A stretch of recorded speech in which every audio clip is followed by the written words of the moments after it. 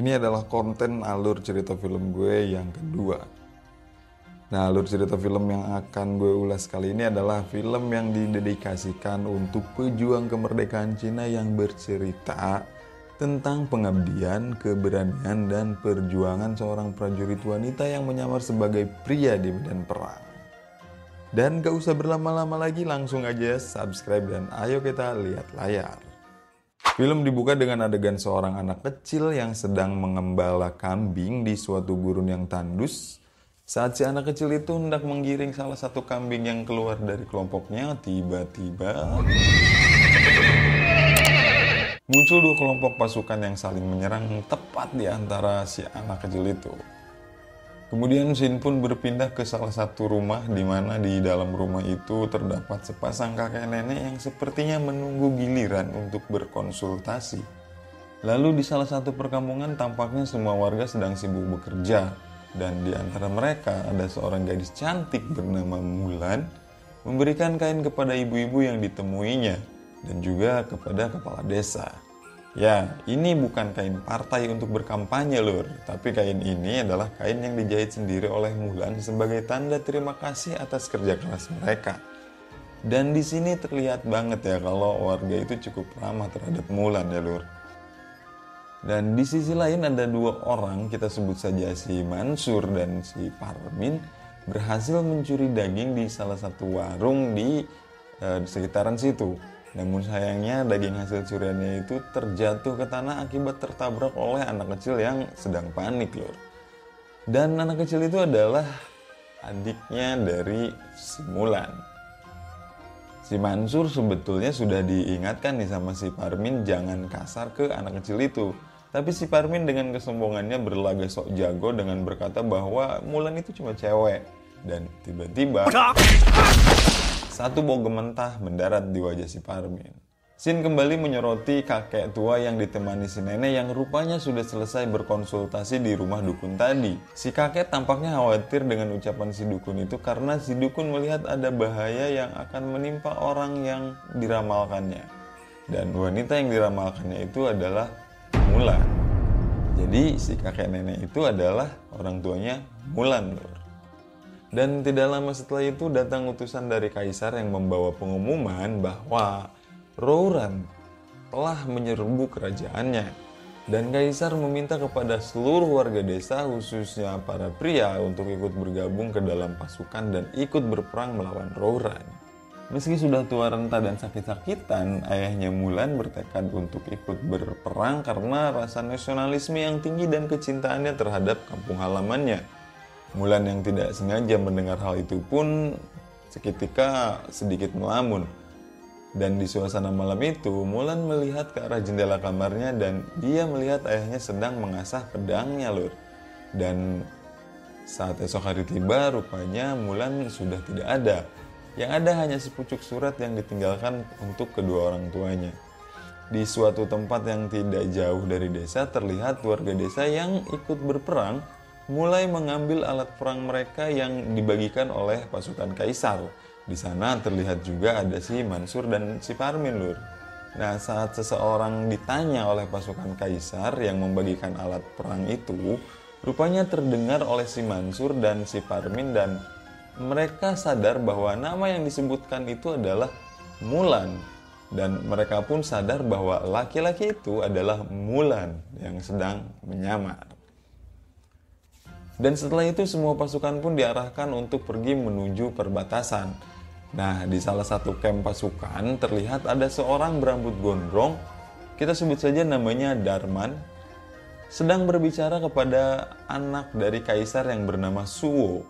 Dan si Darman Gondrong ini meminta kepada Suwo untuk menyerahkan wilayah Lusui lur.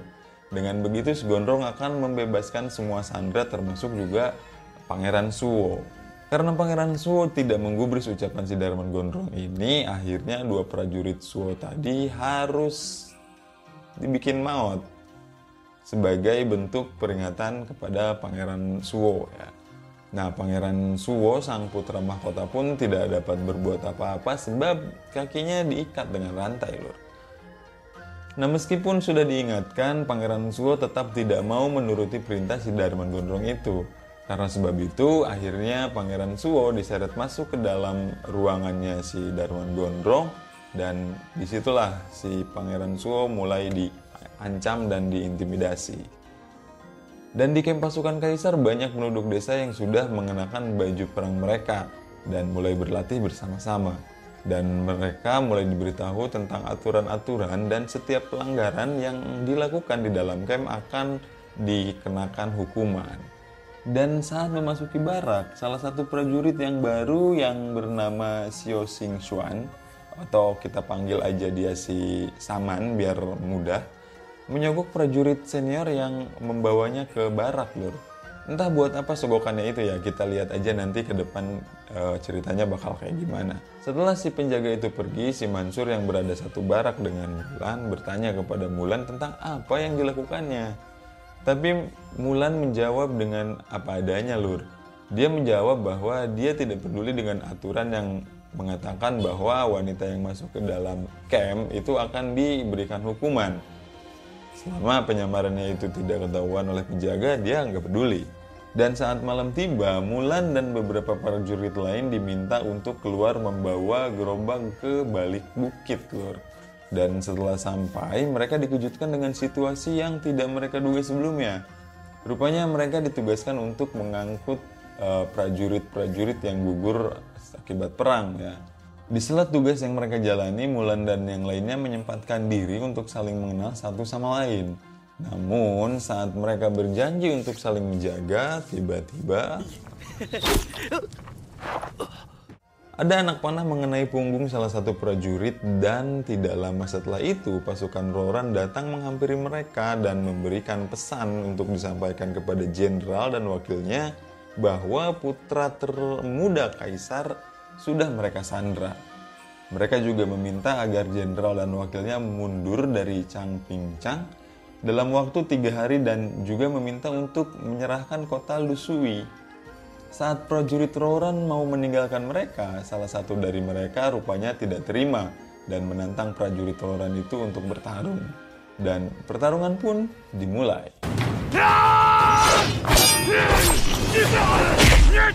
Melihat perbedaan kemampuan dalam pertarungan itu, akhirnya Mulan maju bertarung melawan mereka.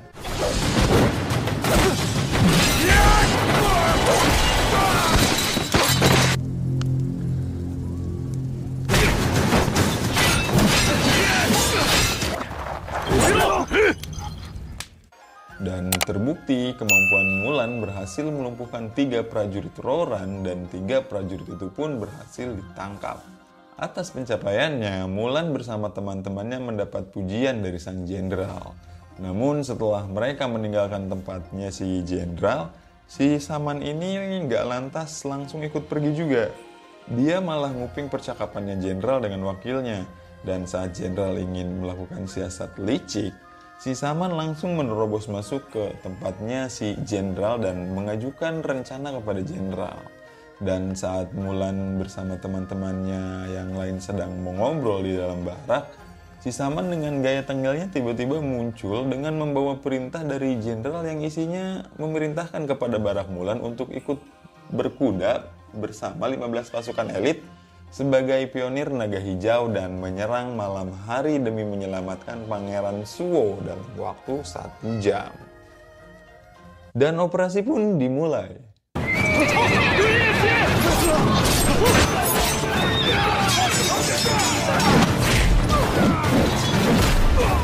Dalam pertempuran itu, Mulan yang tidak pernah melihat pertempuran berdarah sebelumnya harus merasakan pusing kepala dan lemas persendian karena melihat teman-temannya bersimbah darah, Lur. Untung saja si Mansur dengan sigap dapat melindungi Mulan. Namun pada akhirnya operasi pun berhasil meskipun si Parmin tertangkap oleh musuh. Setibanya kembali di barak, mereka mendapatkan penghargaan dari jenderal dan dipromosikan menjadi pasukan berkuda. Mulan juga mendapatkan hadiah pedang dari Pangeran Suwo, namun hadiahnya itu ditolak. Dan Mulan malah meminta Pangeran Suwo untuk mengirimkan pasukan penyelamat untuk menjemput teman-temannya yang tertangkap musuh tadi. Saat upacara penghargaan berlangsung, tiba-tiba pasukan Roran datang berbaris di depan gerbang kamp pasukan kaisar. sambil membawa si Parmin yang tampak seperti tersiksa dengan kalung rantai di lehernya.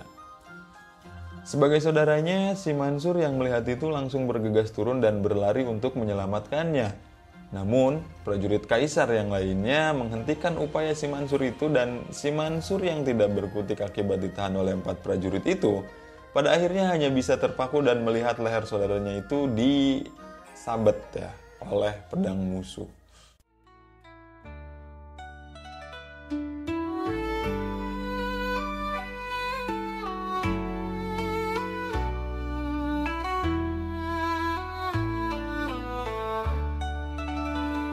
Dan 1 tahun berlalu setelah kematian si Parmin.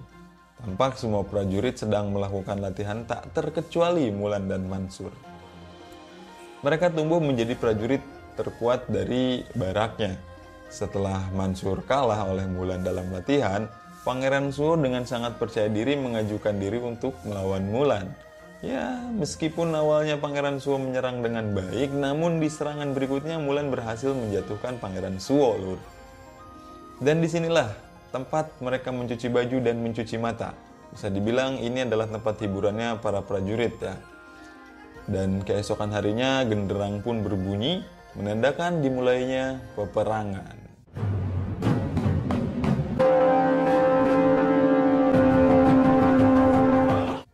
Dalam pertempuran itu, si Mansur melihat ada salah seorang musuh yang menyabet leher saudaranya dulu. Dia pun langsung berambisi untuk menyabet leher musuhnya itu, dan nyatanya dia memang berhasil.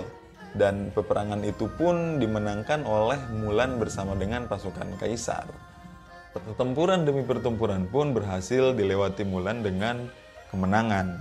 Sampai pada akhirnya Mulan diberi gelar sebagai ahli pembunuh dan menjadi pemimpin pasukan berkuda, dan si Mansur jadi penunggang kuda terdepan. Dan malam hari setelah pertempuran, semua prajurit merayakan kemenangannya dengan berpesta. Mereka menyanyikan lagu kemesraan dengan diiringi musik racikan DJ Gemoy yang aduhai, dan hal itu membuat suasana pesta menjadi lebih meriah, lur.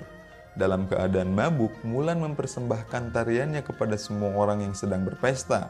Dan setelah menari, Mulan kembali ke tempat duduknya dan tanpa sadar mengatakan bahwa dia aslinya adalah seorang wanita. Karena khawatir penyamaran Mulan ini ketahuan, si Mansur akhirnya membawa Mulan ke dalam barak untuk diistirahatkan. Dan saat si Mansur memperingatkan Mulan, rupanya ada si Saman yang mendengarkan hal itu. Dan pada akhirnya si Saman tahu kalau Mulan itu adalah cewek. Dan tuh kan bener, si Saman ini emang pada akhirnya masalah loh. Selanjutnya kita lihat di wilayah musuh. Karena dianggap gagal merebut wilayah Campingcang, akhirnya musuh menggunakan sihir untuk membantu operasi perebutan wilayah itu. Dan tidak lama setelah itu muncul ribuan tikus memasuki kamp pasukan kaisar dan membuat kekacauan sampai dengan melukai lebih dari 300 prajurit kaisar. Dalam situasi yang seperti itu, sang jenderal memerintahkan wakilnya untuk mengirim pasukan ke markas Rouran guna mencari informasi tentang berapa banyak pasukan musuh yang terkena serangan hama tikus. Dan tentu saja tidak ada satupun dari musuh yang terkena serangan itu. Karena memang tikus itu dikirim oleh dukun hanya untuk menyerang pasukan kaisar ya. Dan operasi yang dipimpin oleh si Saman itu pun akhirnya gagal. Dan mereka pun ditangkap lalu dibikin maut ya. Cuma Saman doang yang dibiarin hidup lur. Si Saman ini dimanfaatin musuh supaya ikut dalam rencananya musuh. Dan diminta bawa pasukan musuh untuk masuk ke dalam kamp pasukan kaisar dengan alasan pasukan musuh yang dibawanya adalah pasukan yang menyerahkan diri. Padahal aslinya enggak ya. Justru si Saman lah yang diancam sebetulnya.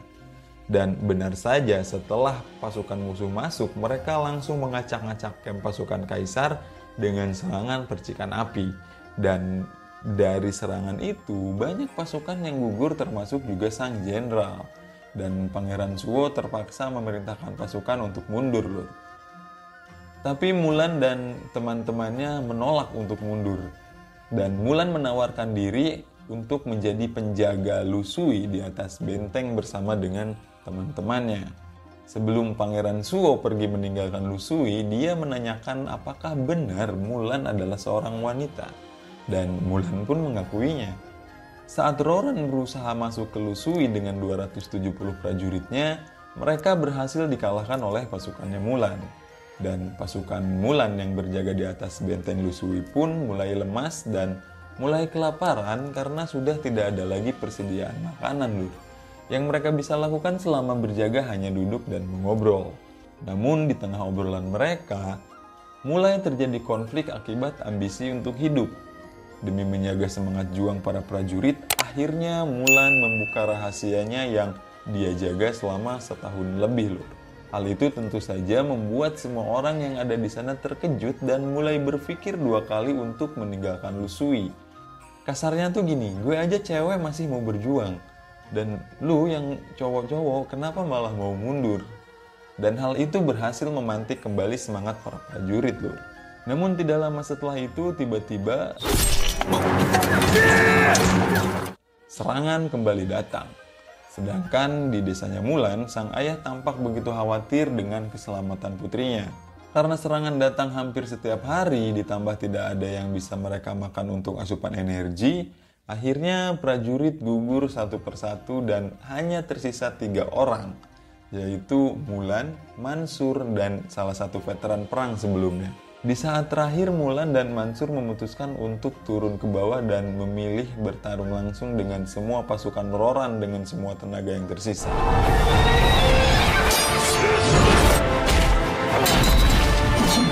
Sedangkan prajurit veteran tetap stay di atas buat nabuh genderang biar si Mulan sama si Mansur itu tetap semangat. Dan saat Mulan hampir tersabet kampaknya si Darman Gondrong, si Mansur berhasil menangkis sabetan kampaknya itu dan si Mulan pun berhasil bangkit.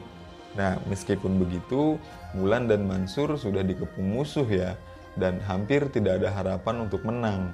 Nah, di sisa-sisa perjuangannya teriakan "Dawei selamanya" terus menggema di mulut mereka. Dan pada akhirnya bala bantuan berhasil datang. Film selesai sampai di sini dan tamat. Iya, jangan tanya si Saman kemana ya, dia kabur tadi, nggak jelas tuh arah tujuannya. Jangan lupa like, share, komen, dan subscribe. Kita ketemu lagi di video selanjutnya.